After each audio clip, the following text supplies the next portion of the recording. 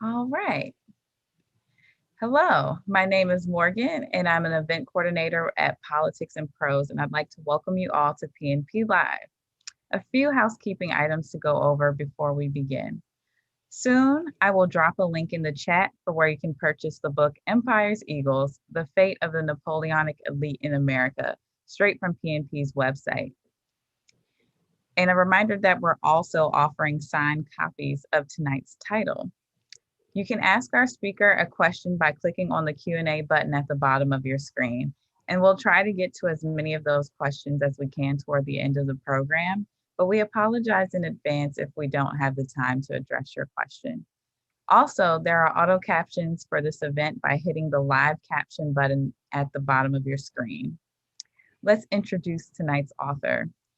Thomas E. Crocker is a native Washingtonian. He is a graduate of St. Albans School, Princeton University, and Columbia University Law School. From 1975 to 1981, he served as a Foreign Service officer specializing in Portuguese and Western European political military matters, base negotiations, and expansion of NATO.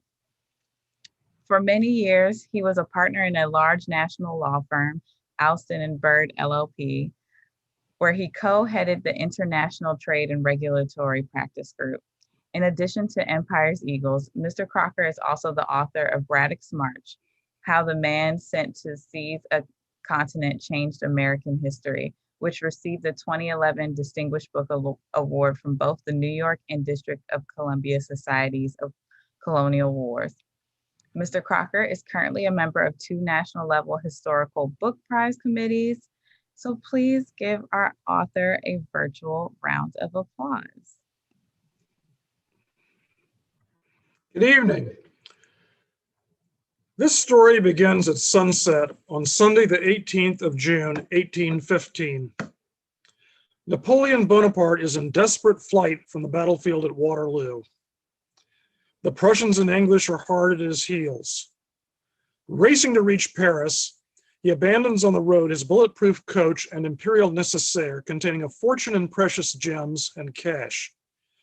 Will he stand and fight again, or flee to the United States? Reaching Paris early in the morning of the summer solstice, the mud-splattered Napoleon stops to languish in his bath at the Élysée Palace while reading Alexander von Humboldt's diaries of his travels in America. He dispatches his younger brother, Lucien, to plead with the Parliament to authorize him to reunite with Marshal Emmanuel Grouchy's intact cavalry corps and fight one more time. But he is too late. The Marquis de Lafayette and secret police chief Joseph Fouché have established an interim government. They have had enough. Napoleon abdicates the following day and resumes his flight. There is no question where he is going. As early as 1812, he and his older brother Joseph Bonaparte, the King of Spain, had selected New Jersey as their bolt hole. Napoleon envisions a new role for himself in America as a scholar and savant, surrounded by family and devoting himself to his avocations of geography, science, and mathematics. Before he resumes his flight, Napoleon orders proactive measures. He directs the imperial treasurer to transfer 3 million francs in gold to the United States. He orders his aides to organize transportation to America of most of the imperial library, as well as sufficient china, linens, and furniture from Malmaison to furnish both a large townhouse and a country estate. He packs 20 hunting guns and orders his groom with 15 stable boys, horses, saddles, and equipment to sail for America. His aides even take out subscriptions for various Parisian newspapers to be delivered to Napoleon in care of General Delivery, New York. The immediate and pressing question is how to get to the United States. Napoleon orders 2 French naval vessels placed at his disposal and requests that secret police chief Fouché issue passports. Fouché demurs and passes the request to the Duke of Wellington, thereby tipping the British off as to Napoleon's plans, but all the while conveying to Napoleon that their issuance is imminent. Napoleon and his entourage flee southward toward the Atlantic port of Rochefort as the Prussians and British dragnet closes in. Events later showed that the two French naval vessels ordered by Napoleon are under strict orders from Fouché never to carry him to America. When Napoleon belatedly begins to realize this, he must come up with a proverbial plan B. To try to catch Napoleon, the British are closely patrolling the coast in the huge ship of the line Bellerophon, affectionately known to her men as the Billy Ruffian. As one British sailor puts it, nothing could escape our Argus eyes, eagerly looking into every rat hole for Napoleon Legrand. Napoleon therefore opens secret discussions for Plan B to escape on a French naval corvette Bayadere, which lies at anchor near Bordeaux. The captain of the Bayadere, Charles Baudin, is a one-armed Huguenot who later goes on to a distinguished career as an admiral. Intoxicated by Napoleon, he is more than willing to help, even though he judges his corvette to be no match for the Bellerophon. He joins with the ardently Bonapartist U.S. consul at Bordeaux, the gimlet-eyed William Lee, to devise a plan. Together, they determined to sacrifice the Bayadere in an engagement against the Bellerophon, while Napoleon and a few key aides slip out on a Baltimore ship, the Pike, which lies at anchor in Bordeaux harbor. Now, the Pike is not an ordinary U.S. merchantman. She is a heavily armed U.S. privateer just freed up from service in the War of 1812. She is present in Bordeaux under very murky circumstances for use by Bonapartist sympathizers against the British, and apparently operating under the control of U.S. Consul William Lee. Baltimore privateers like the Pike were renowned for their speed. With their raked masts and ample sails, these so-called Baltimore flyers used the wind more efficiently than other ships. Handled properly, they cruised at speeds of 11 or 12 knots versus 5 or 6 for ordinary warships. On the rare occasions that the British captured them during the War of 1812, they proved virtually useless because only their specialized Baltimore crews knew how to handle them. But back to the Baudin-Lee plan to save the emperor. Napoleon approves it and instructs Captain Baudin to await further instructions. Those instructions come a few days later when Napoleon orders a highly secret nighttime mission to Bordeaux by his trusted right-hand man, Lieutenant General Charles Baron Lallemand, who was the deputy commander of the Imperial Light Guard Cavalry at Waterloo. Lallemand is a singular character, high energy, creative, and as Napoleon said of him, possessed of the sacred fire. Meeting with Baudin and Lee in Bordeaux at 2 o'clock in the morning, Lallemand and his co-conspirators activate the plan. They order the Pike and Bayadere to break free of the British blockade and stand by to receive Napoleon and his aides off the coast by the port of Royan. The ships proceed and are waiting. Meanwhile, Lallemand returns to Napoleon at Rochefort. In a critical council of war, he argues adamantly for Napoleon to board the Pike forthwith. However, by this time, Napoleon is engaged through proxies in parallel negotiations with the captain of the Bellerophon to surrender to the British, thinking he could buy a country estate outside London and live a life of leisure. Despite evidence that the British have a spy in Napoleon's entourage, they remain clueless about the plan involving the Pike. As Napoleon prepares to make an imminent decision, an unexpected factor intervenes. Royalist forces seize territory around Royan. To escape, Napoleon must travel to the port in disguise. This, the ever-proud emperor, views as beneath his dignity. In literally the last hour, he scotches the American escape plan for the British option, to his everlasting regret. Several observations. First, if Napoleon had sought to escape on the Pike, his chances of success would have been significant. If Captain Baudin's Bayadere had run interference as planned, the ultra-fast Pike likely would not have been caught. Second, the U.S. consul in Bordeaux, William Lee, was a dangerous freelancer. He knew full well the British intent to stop Napoleon, but he nonetheless took affirmative actions to facilitate his departure for the United States, actions which could have resulted in a hostile naval engagement with the British and the loss of life. Had this occurred, the negative effect on US relations with Great Britain, with which the United States had just months earlier concluded peace, would have been significant and possibly long-lived. Moreover, it would have violated the Madison administration's policy of strict neutrality in the war between Britain and France. And it also could have poisoned relations with the new Bourbon government in France. Lee's actions were foolhardy. Third, this story illustrates the latitude and discretion with which diplomats worked in the early 19th century when communications were not as they are now. Today, the decision would have been made in Washington, most likely by the White House, not even the State Department, and communicated instantly to the in-country diplomats to execute. Diplomacy in the 19th century put a premium on the intelligence, character, and wisdom of the diplomat on the scene. Unfortunately, Lee lacked all three.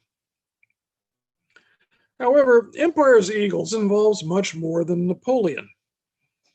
In the aftermath of the Battle of Waterloo, a veritable exodus of marshals, generals, and regime insiders made their way to the United States. Spurred by prescription lists drawn up by Fouché, many came under aliases and on the lam. The list reads like a who's who of the top echelon of the leadership during Napoleon's 100 days. Indeed, never before had so much of a nation's military or political class migrated to the United States. Napoleon himself estimated that over 300 high-ranking Bonapartist military men fled to America. Some estimates run as high as 30,000 when taking into account their families and entourages as well as economic refugees. Now, to a remarkable degree, their destination was one city, Philadelphia, which soon became known for its glittering recreation of Parisian glamour. They were aided in this choice by three factors. First was Quaker Philadelphia's reputation as the second largest and most sophisticated and tolerant city in the United States. Second was the residence in Philadelphia of one of the wealthiest men in America, the French-born Stephen Girard, who not only financed the War of 1812, but also helped provide a safe haven for his fellow countrymen. Third was the presence in Philadelphia of a colony of white French-speaking Dominicans who had fled the slave revolt of 1791 in what is now Haiti. Mostly shopkeepers and artisans, they had little in common with the formerly powerful and cosmopolitan newcomers, but they nonetheless provided an established Francophone community onto which the newcomers could graft themselves. Chief among the new refugees was Joseph Bonaparte, Napoleon's older brother, the King of Spain. Joseph was a lawyer and a diplomat and a very different man from his younger brother. However, because of his strong physical resemblance to Napoleon, he offered to substitute himself for his brother in order to facilitate his escape, but Napoleon declined. Joseph had his own hair-raising escape incognito from France to America, during which he left his wife and daughters behind. He first lived in a townhouse near Washington Square in Philadelphia, which still stands. But Joseph preferred life in the country, and he purchased an estate called Point Breeze, perched high on a bluff near Bordentown, across the Delaware River from Philadelphia. He lived there most of the rest of his long life. The mansion was quite spectacular. A visitor allowed into his private apartments provides a peek. The curtains, canopy, and furniture were of light blue satin, trimmed with silver. Every room contained a mirror, reaching from the ceiling to the floor. Over the bed hung a splendid mirror and also one over the table. The walls were covered with oil paintings, principally of young females with less clothing about them than they or you would have found comfortable in our cold climate. In every room of the house, there were statues of Napoleon in different positions.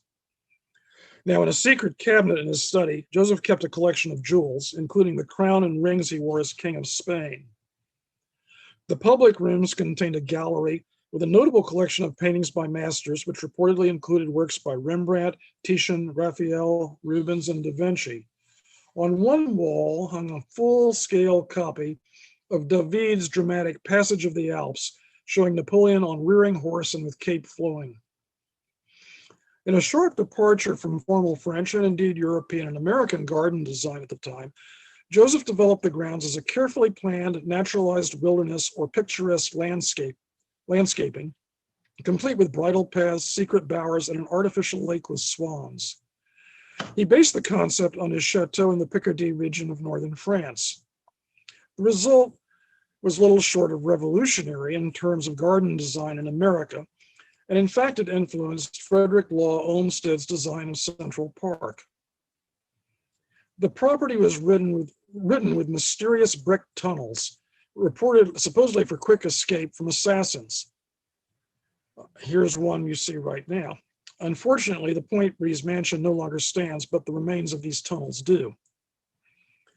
While living at Point Breeze, Joseph took an American Quaker, Annette Savage, as his mistress. By her, he had 2 daughters and descendants alive in America today. Point Breeze, moreover, became a salon for the exile Bonapartists. Joseph was far from a recluse. People came to him. He was popular with his neighbors, who called him the good Mr. Bonaparte. Visitors from Philadelphia arrived at Point Breeze by a 16-oar barge that Stephen Girard gave him. They included many exiled French officers. There they drank deeply of their memories of the past and plotted while Joseph merely listened. Although they tried to recruit him to their plots, he scrupulously declined. He became a staunch admirer of George Washington and American democracy, and he even undertook a pilgrimage to Mount Vernon to pay homage at Washington's tomb. Another prominent refugee was Marshal Emmanuel Marquis de Grouchy, the aristocratic commander of the Cavalry Reserve Corps at Waterloo, who, under a death sentence, also settled in Philadelphia with his 2 sons. So too did the just mentioned General Charles Lallemand of the Sacred Fire. Following Waterloo, Lallemand made his way to America in disguise after being imprisoned by the British on Malta and wandering through the Middle East. He joined his younger brother Henri, also a cavalry general, who was already here. Other prominent generals included Napoleon's former aide-de-camp, General Charles Count Lefebvre de Nouet, who, as Lallemand's immediate superior, commanded the light cavalry division of the Old Guard at Waterloo, and the rough and pillaging General Dominique Count von Damme, the division commander of the Third Corps at Waterloo. So bad was his reputation that Napoleon once said that if he had 2 Von Dammes, he would have to order one to hang the other. The list goes on and on.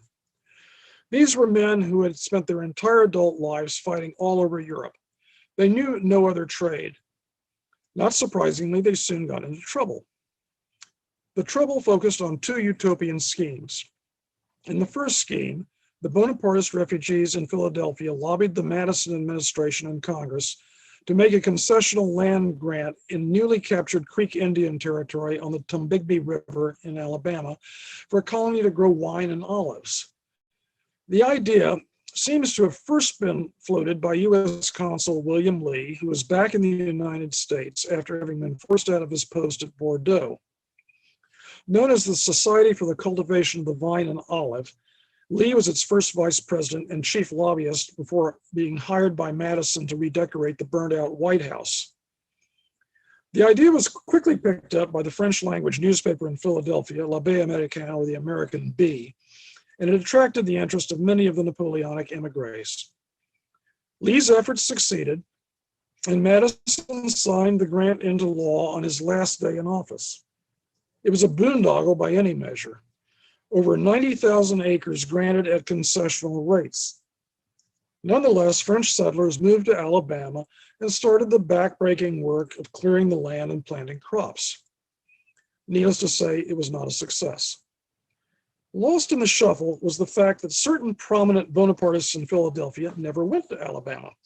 Instead, they pledged their claims to bankers in that city for significant ready cash loans. Chief among these was Charles Lallemand. And what was Lallemand going to do with that ready cash? The answer, in short, was to invade Texas in a scheme to place Joseph Bonaparte on the throne of Mexico, notwithstanding Joseph's refusal to go along. On his very first day in office as Secretary of State, John Quincy Adams received an intercepted package of letters.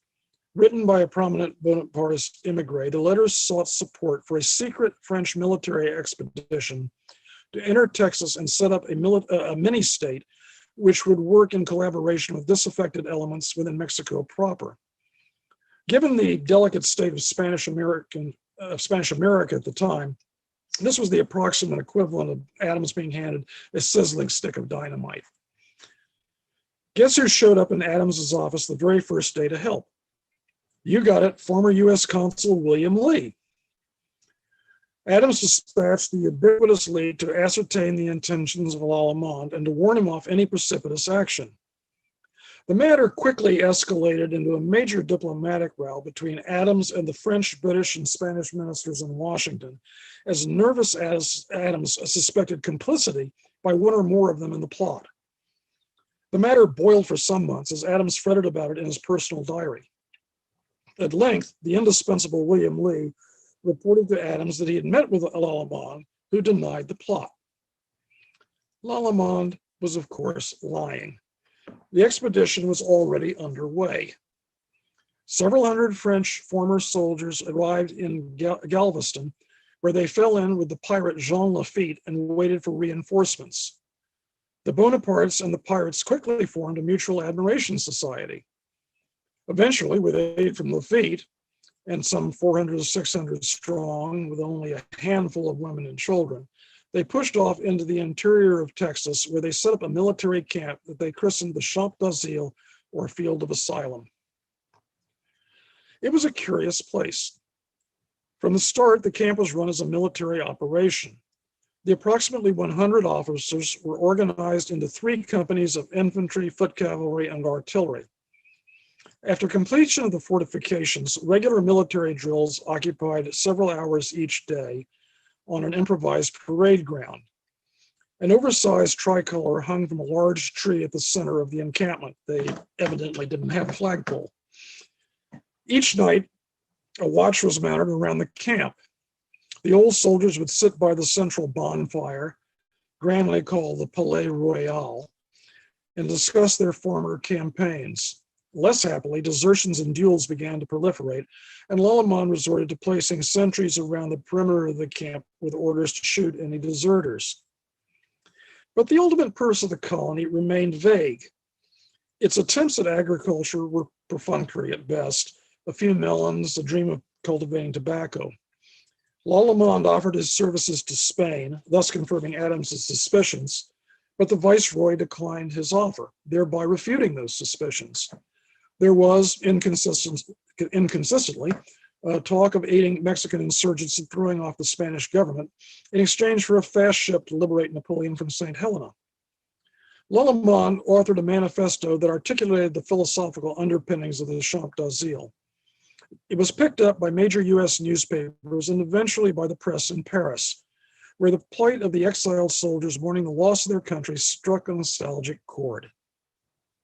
A subscription was opened to support the colony.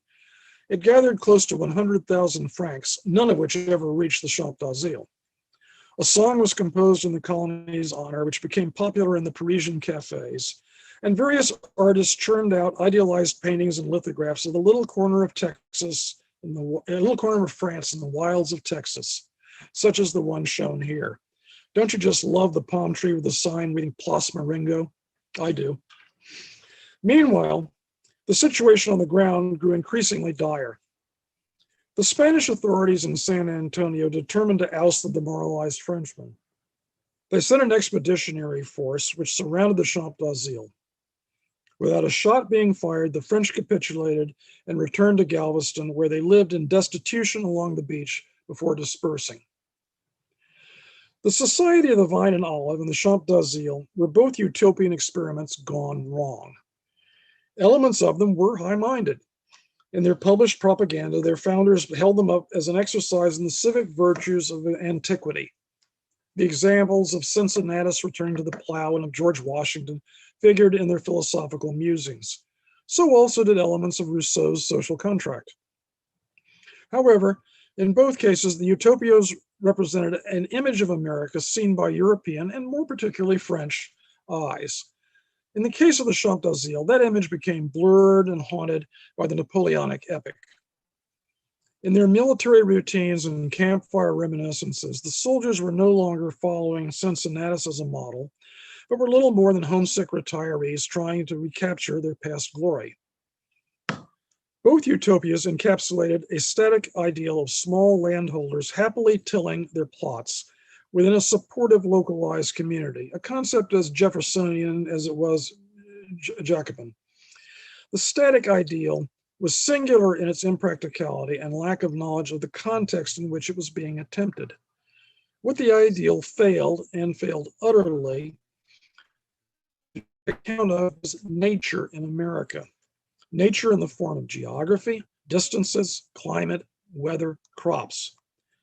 It also failed to take account of human nature, greed, boredom, loneliness, despair. The combination proved fatal. Now, with the collapse of the Champ d'Asile, General Charles Lallemand settled in New Orleans. He became a U.S. citizen and purchased various properties and slaves on credit, on which he defaulted. He wound up in London, where in 1825 he became an agent for the insurgent Greek government, which wanted to purchase warships to fight against Ottoman rule. He returned to the United States and negotiated for the construction of 2 frigates. There were cost overruns and allegations that Lallemand absconded with thousands of dollars. However, with the 1830 revolution in France that placed Louis Philippe on the throne, Lallemand's fortunes turned. He could now safely return to France. The remainder of Lallemand's career proved felicitous. He became governor of Corsica and inspector general of the military academy at Saint-Cyr. He died a peer of France in 1839. Certainly Napoleon's judgment that Lallemand possessed the sacred fire was not wide of the mark. He was an energetic and creative officer who pushed the boundaries and who probably would have saved Napoleon from St. Helena if only he had listened. But his actions in America showed another aspect to his character. He hijacked the Society of the Vine and Olive to help pay for the Champ d'Asile. He operated in great secrecy. He repeatedly failed to account for funds entrusted to him. And he cynically manipulated both US and French media to inflate the strength and success of the Champ d'Asile, probably in order to increase its attractiveness to the highest bidder, be that the United States, Imperial Spain, or the Mexican insurgents. That he was a world-class adventurer, few would deny. Now, to turn to the 200-year-old mystery surrounding Marshal Ney, the Duke of Elchingen, Prince of Moscow, Marshal of France, and Napoleon's bravest of the brave. You have only to look at his portrait to know that he was a man of gravitas. The question is this: was Marshal Ney executed by a firing squad on December 7, 1815, and buried at Père Lachaise Cemetery in Paris? Or was the execution staged, and did Ney in fact join the other Napoleonic refugees by escaping France to live as an obscure school teacher named Peter Stewart Ney in the rural south of the United States? First, a few words on the background on Marshal Ney. He was an ethnic German born in Saarlouis, France in 1769, which is the same year as Napoleon and the Duke of Wellington. Saarlouis was then in France, but now is in Germany. He was from a modest background, but received a good local education and apprenticed to be a notary before enlisting as a private in the French Hussars at age 19. Following the French Revolution, the officer ranks were opened to commoners, and Ney's rise through the enlisted and later officer ranks was meteoric. He was a superb horseman and swordsman and a born leader. He was known as Le Rougeaud, or the Redhead. His campaigns throughout the 1790s were mainly in and around the Rhine. At this stage, he was not in Napoleon's orbit. He was first promoted to brigadier general at age 27. He declined the promotion because he thought he did not deserve it, as he did subsequent promotions, only to be overridden by the government and ordered to accept them.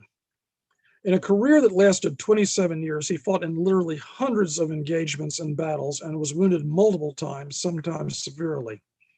He was a soldier, a man of the field, not a political general. Ney first met Napoleon in 1801 when Bonaparte summoned him to Paris because of his nascent reputation. Ney had never before visited Paris. Bonaparte maneuvered to attach Ney to his person and fortunes. He even enlisted the aid of the Empress Josephine. She introduced the young hero to the woman who would become his wife, the dark-haired beauty, Aglaé Louise Auguier, who was a close friend of Josephine's daughter, Hortense, and subsequently a lady-in-waiting to the Empress. Looking at her face, you can almost see the mixture of beauty and tragedy. When they married in 1802, Ney was a battle-hardened 32, and his courtly bride was barely 20. It was very much a love match.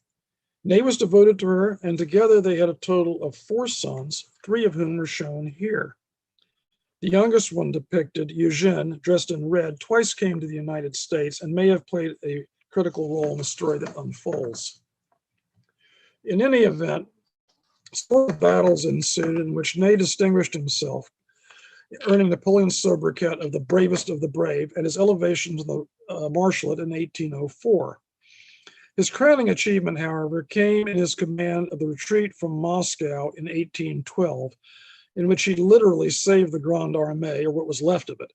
It was a harrowing, indeed heroic tale told in the book. To fully appreciate the scope of this disaster, I draw your attention to the famous 1869 map and statistical graphic depicting Napoleon's invasion of Russia prepared by Charles Joseph Menard. Note the size and route of the invasion in red, and the dwindling size of the French forces on the retreat in black. Ney went on to play a critical role in Napoleon's first abdication, for which Napoleon never forgave him. Ney swore allegiance to the newly restored Louis XVIII when Napoleon went into exile on Elba. When Napoleon landed in France for the 100 Days, Ney famously promised Louis that he would bring Napoleon to him in an iron cage. Instead, Ney flipped and with his troops joined Napoleon. Still not fully trusting Ney, however, Napoleon held him at arm's length until Waterloo. Then he summoned him. Ney was in effect the field commander of all French forces at Waterloo and personally led the final charges of the Old Guard against the British squares. He fled after the battle, fully intending to seek refuge in the United States. Instead, he was arrested, tried by the Chamber of Peers, which was the upper house of Parliament, sentenced to death, and executed on the Rue d'Enfer, or Hell Street, in Paris on December 7, 1815. Or was he? Note in the print the distraught priest and the commander of the firing squad averting his eyes. 2 pivotal characters whose roles are dissected in detail in the book. Indeed, rumors started circulating the very day of the execution that Ney had not really been killed, that the firing squad was composed of his old soldiers, that the execution was faked, and that Ney had escaped. Using secret police reports, diaries, and other records, many never published in English before, Empire's Eagles uncovers multiple active plots to free Ney during his imprisonment and trial. It also examines a host of questions surrounding the execution, the firing squad and the bullets, the handling of the body within the nearby maternity hospital to which it was taken, and the very odd circumstances of his burial in the dark and in a double coffin. Note this near contemporaneous print based on an eyewitness sketch which shows Ney dead but intact. Who produced it and why politically is explored in the book. So there we have the short story of Marshal Ney. Against this background, Empire's Eagles examines analytically the complex evidence of whether a school teacher who called himself Peter Stewart Ney was in fact Marshal Ney. Peter Stewart Ney was a man of great mystery.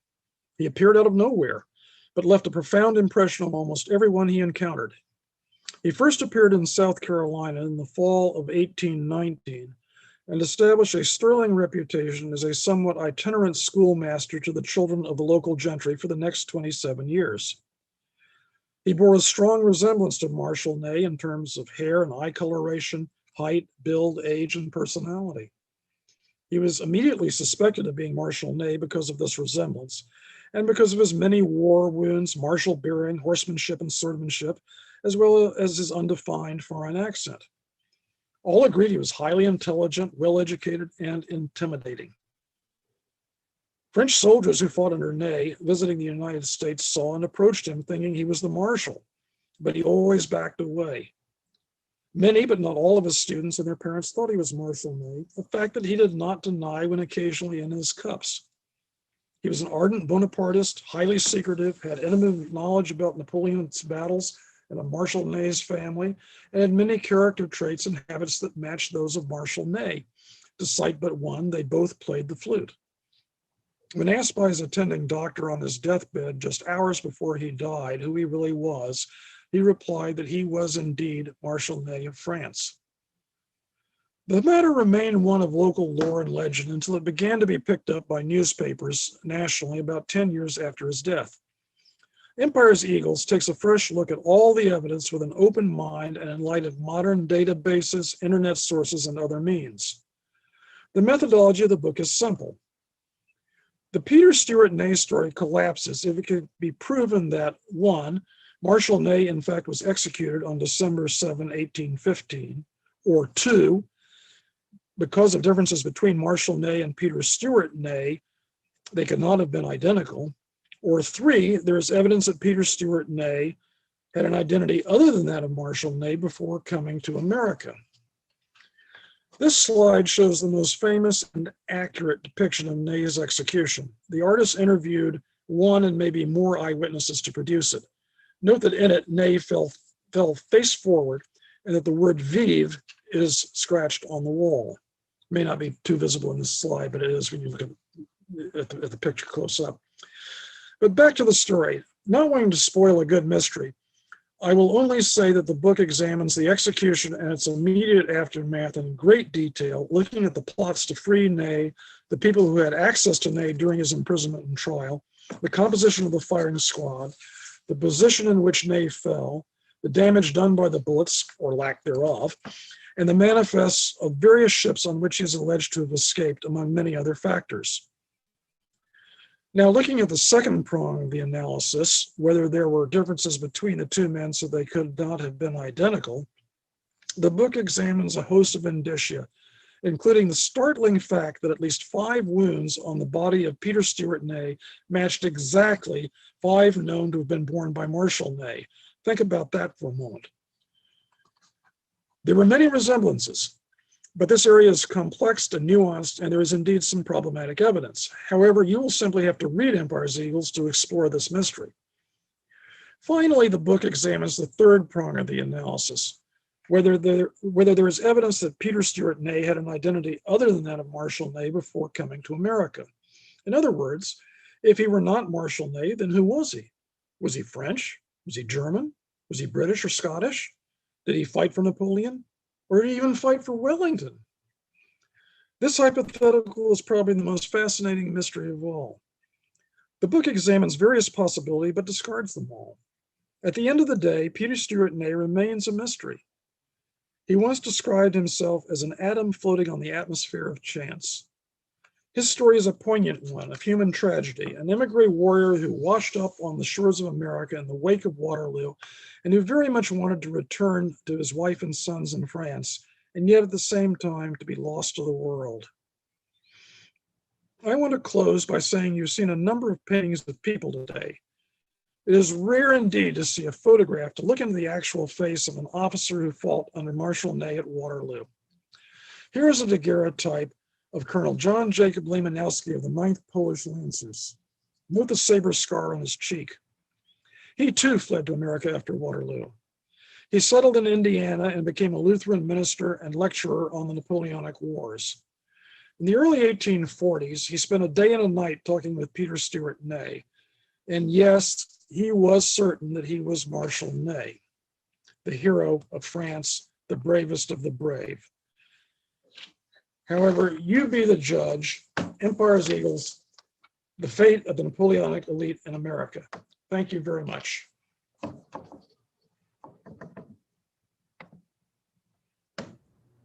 right, thank you, Thomas, for that great PowerPoint and presentation. So we have 3 questions from the audience at the moment, but audience members, please feel free to ask questions during the Q&A. All right, so the first question, do you have a favorite historical figure from your studies? If so, who and why did they pique your interest? Well, I have to admit, I went into this not knowing very much about Marshal Ney. Mhm. And as I studied his life and his character, I really came to respect him as a man of virtue. And why? He was a very modest man.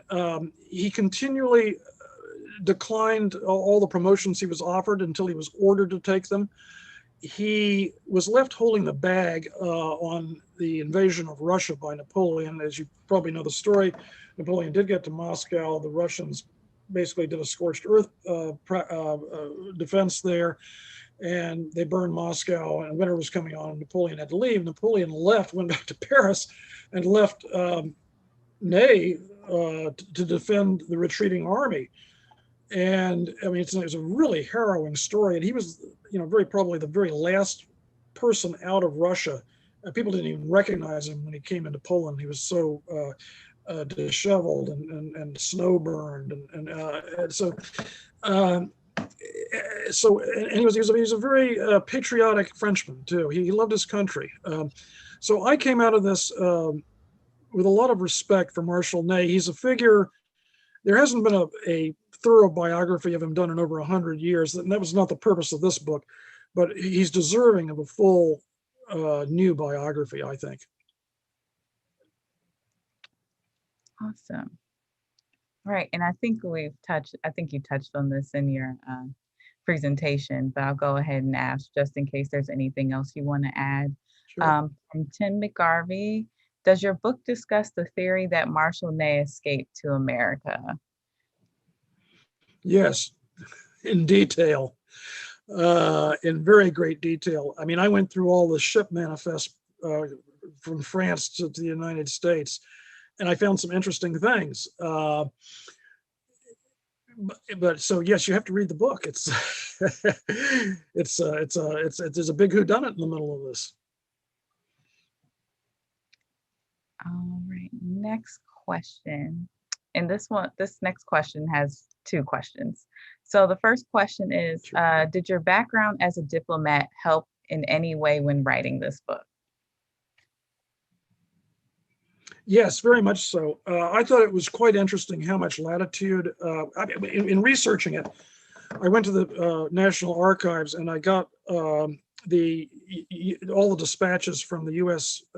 Embassy in Paris and the U.S. Consul in Bordeaux, and the instructions going back from the State Department to the diplomats on the scene.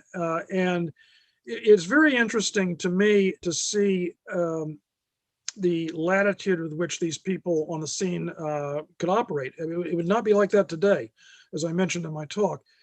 And of course, this was compounded by the slowness of communications. Now, Napoleon came back from Elba, and he was on in charge for only 100 days. That was not enough time for news of his coming back to reach America, even, much less to have the Department of State in Washington send out instructions to the people at post in Paris about what to do about it.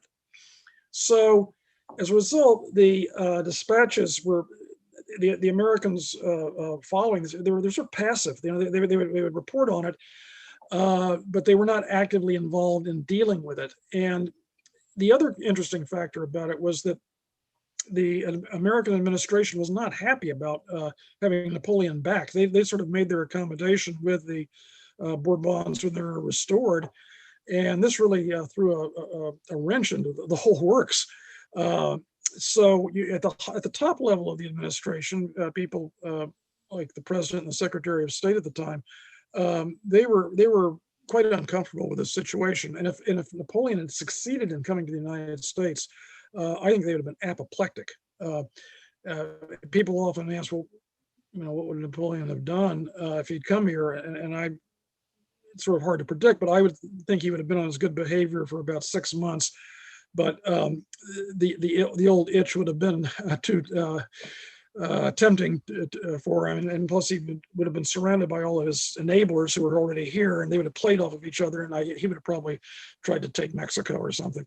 So I think as a former diplomat, you also see the interplay between the British and the French and the Spanish ministers in Washington on this, and it's really a fascinating read when you get into John Quincy Adams's personal diary, which this does quite extensively, and how much how he was so flustered by this situation. So yeah, I think it was quite a lot of it gave me a lot of context in which to look at it. And the second part of the question. Were there any other titles you used in your research that might be of interest to those of us out here watching? Well, there's in terms of generals, I mean, most of this is based on primary source material, including a lot of material in the French National Archives, which has never been translated before.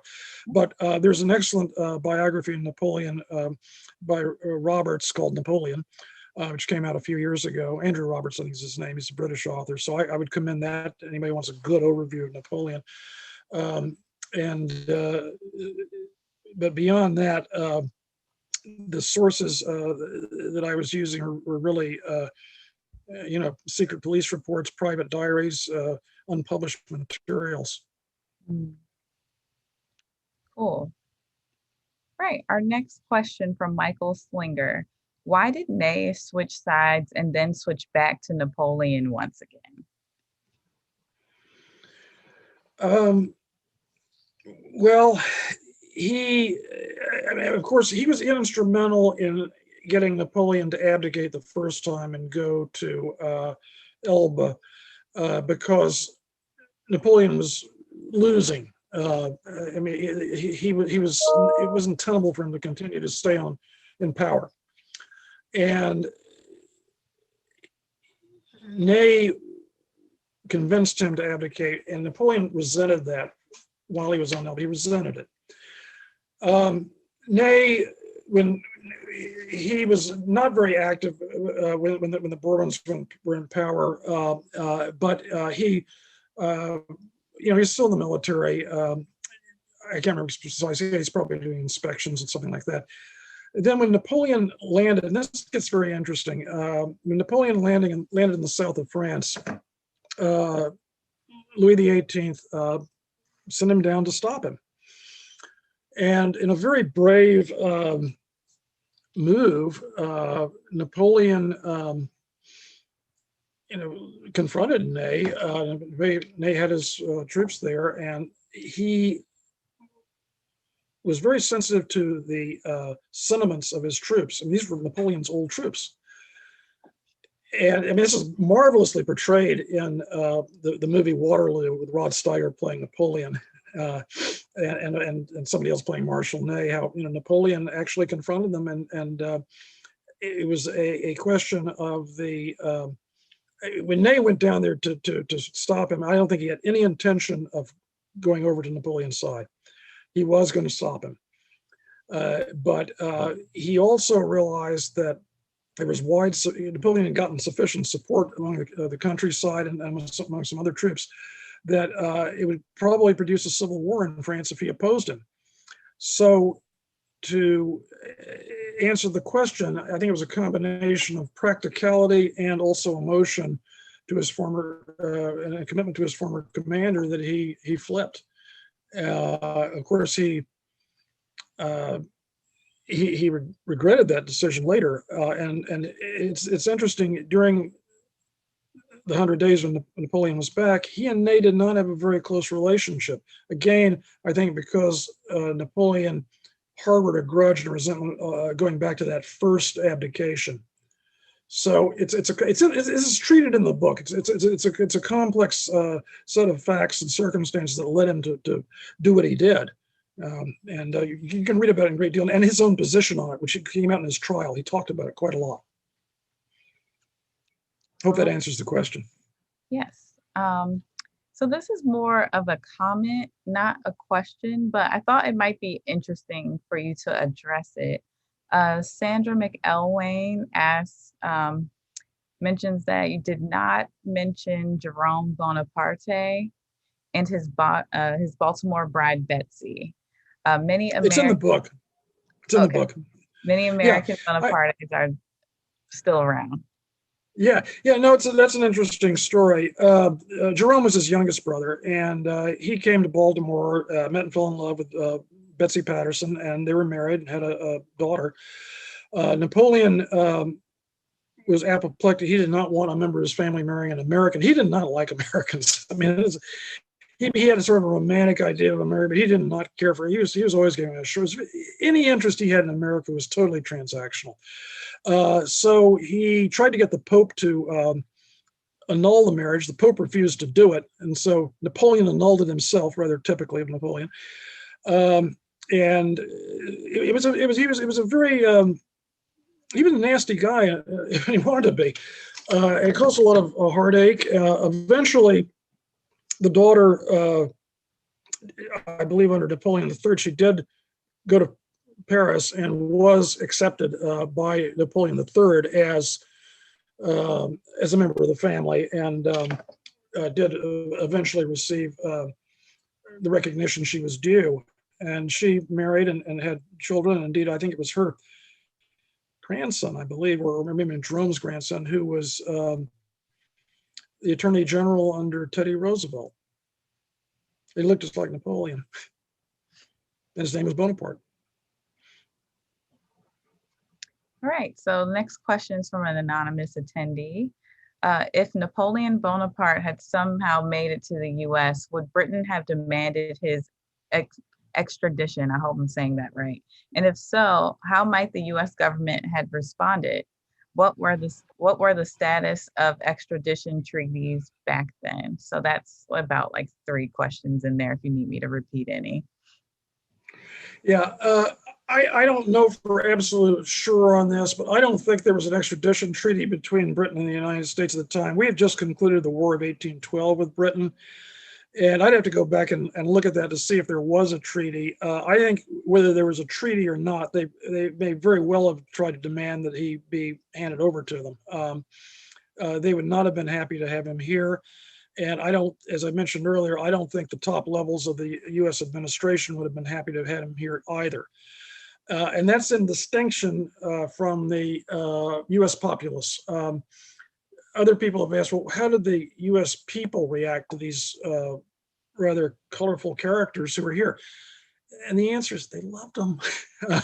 they were just fascinated by them generally. I mean, they were charming, absolutely charming people, and they brought a lot of color and splash, and and they set a tone in Philadelphia and wherever they went. But the top levels of the U.S. government were very, very nervous about having them here, and for reasons which I've touched on in the lecture, and which are go into more detail in the book. So I think the short answer is there probably was not a formal extradition treaty. I may be wrong on that, but I don't think there was at the time. You set me to scurrying. I'll go back and research that after I get off of this. But I do think that the British government would have been most unhappy about having him here. They were not happy about having his minions here, and even less happy was the French government. The French ambassador Hyde de Neuville he was half British. He had a whole series of spies who was following these people all over the place and reporting on them too. So because he didn't trust them, and with good reason. So they were it was a very interesting time. I mean, you didn't have to have a passport or a visa. You just show up, and show up they did. So. All right. Our next question is from Philip Daniels. What happened to the wife of Ney and the wife Napoleon's brother left in Europe? Yeah, that's an interesting question. Marshal Ney's wife basically spent the rest of her life trying to restore, and her children as well, restore Ney's reputation and get an apology for what happened. She believed he was executed. She never had any other question in her mind about that. She went to Italy. She was being very closely followed by the French secret police, as were the children. And she went to Italy and lived there for many years. She married, in a rather murky morganatic marriage, a French army officer. And I don't think she would have done that if she had any hope that Ney, that at least that she knew that Ney was alive. So she died, I believe, in the 1850s, but is not buried with Ney in Père Lachaise or with her second husband. She's buried in her family plot on the outskirts of Paris. I'm sorry, the other question was about Joseph Bonaparte's wife? Napoleon's, yeah, it says Napoleon's brother left in. Mm-hmm. Yeah, she stayed also under very close scrutiny by the secret police. So she left France, went to Italy, and he had two daughters by her. Those two daughters came over and stayed with him for a couple of years at Point Breeze in New Jersey. And one of them was a rather accomplished artist, and she painted a lot. Eventually, he got a dispensation that allowed him to go back to Europe. And he went to, I think he was in Florence with his wife. They got back together when he died, and he was pretty old. He was in his late 70s at the time. So he spent most of his rather long life in New Jersey, but then went back to Europe. He went back once before and came back to the United States for a few more years. Then he went back to Italy and was with his wife when he died. All right. He does have descendants living now in the United States by his mistress, Annette Savage. All right. This might be hitting into our last question or two. Anonymous attendee asks, was Lee reprimanded for his risque behavior? No, but he was fired. Madison fired him. It's a very complicated story as to why. It was sort of a tit for tat. There was a problem with a French diplomat who had to, we sort of had to serve a sacrificial lamb, and Lee was the sacrificial lamb. At least that's very probable. So Madison fired him, and then he hired him to redecorate the White House after it had been burnt by the British. He put him in charge of the money after he had all these financial problems himself. The guy was just everywhere. He was ubiquitous. You couldn't turn around without seeing William Lee every place you went. All right. Okay, yes, it's about 2 more minutes, so this will have to be our last question. Okay. From Robert Whitty. They're saying, hello, it's good to see you. Does your book go into the background about Napoleon that you summarized in your talk? The background about Napoleon? Mm-hmm. Everything that I've talked about in the lecture tonight is treated in much more detail in the book and in the footnotes. It's a very thoroughly researched and footnoted, but hopefully it reads well, so it's not academic. But yeah, it's all in there. Okay. Actually, we can squeeze in one last question. Okay. So this one's from Pete Davis. Sovereignty seems to have been a very elastic concept back then. How much did Madison really know, and what were his intentions vis-a-vis Napoleon? I hope I said that right. Yeah, well, as I said, yeah, the borders were very elastic too. I mean, it's just porous borders. As I said, he didn't know in real time what was going on, but there was a U.S. policy towards France under both Madison and Monroe. And of course, Monroe had lived in France for a long time. He was very pro-French Revolution. That's why Washington sacked him. So there was a clearly articulated policy, and I get into this in the book, a very balanced policy. And so having Napoleon come back for the 100 Days really threw a wrench into the U.S. Policy towards France. But then it was over before Washington, the senior people in the administration in Washington knew about it. So it happened and they couldn't react in real time. And that was one of the most fascinating things in reading through the dispatches, that they were sending back and forth to see what they knew and what they didn't know and how they reacted. Again, it goes back to the fact that the man on the scene or the diplomat on the scene had to have great character, great nimbleness on their feet to know how to react and do things because they weren't getting instructions from Washington. All right. Hope that answers your question. Yes. All right. Well, that is it for this evening.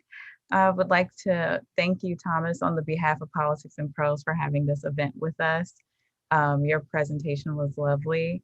And to our attendees, thank you for joining us for another PNP Live.